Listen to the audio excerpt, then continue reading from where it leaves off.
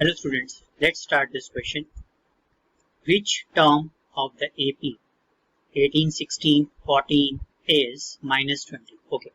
So क्या मतलब है इस क्वेश्चन का? इस क्वेश्चन का मतलब ये है कि आपके पास ये AP है, तो पूछा जा रहा है कि इसकी कौन सी टर्म होगी जो -20 हो, या हम यूं भी कह सकते हैं कि -20 की पोजीशन क्या होगी इस AP में, हमारा ये सवाल। चलिए शुरू करते हैं। बहुत ही सिंपल क्वेश्चन है। सबसे पहले हम यहाँ लिख लेते हैं कि हमारे पास गिवन क्या है, एंड गिवन इज AP। तो यहाँ लिख लेते हैं हम जो AP गिवन है वो हम यहाँ लिख लेंगे, दैट इज 18, 16, 14 एंड सो। और अब हम बात करते हैं इसके सॉल्यूशन की। तो चलिए देखिए, सॉल्यूशन इज, यहाँ पे हमें फर्स्ट टर्म जो दी हुई है which is represented by small a is equal to 18, and the common difference which is represented by small d is equal to 16 minus 18 equal to -2.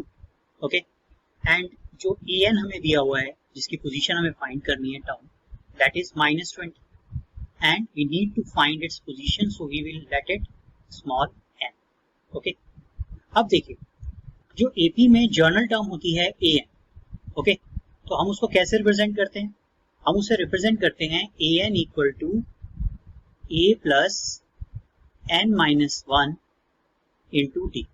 Alright, इन सब की वैल्यूज को यहाँ पुट कर दीजिए। तो an equal to -20, a is equal to 18 plus n minus 1 into D.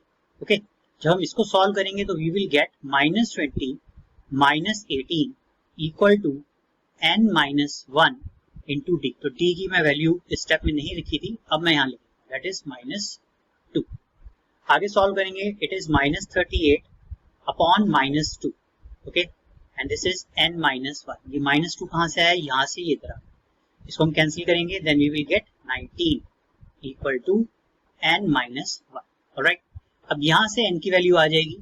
तो देखिए n की वैल्यू क्या आती है, n इज इक्वल टू, जो 1 इधर आ जाएगा, it is 19 plus 1 equal to n. So n is equal to 20. Okay. So आप क्या कह सकते हैं? आप कह सकते हैं so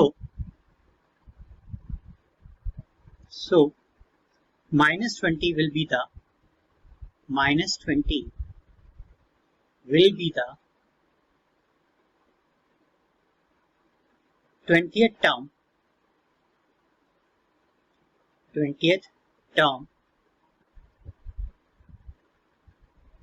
of given AP.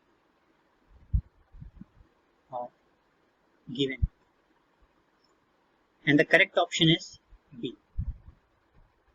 Correct option is B. All right. Thank you.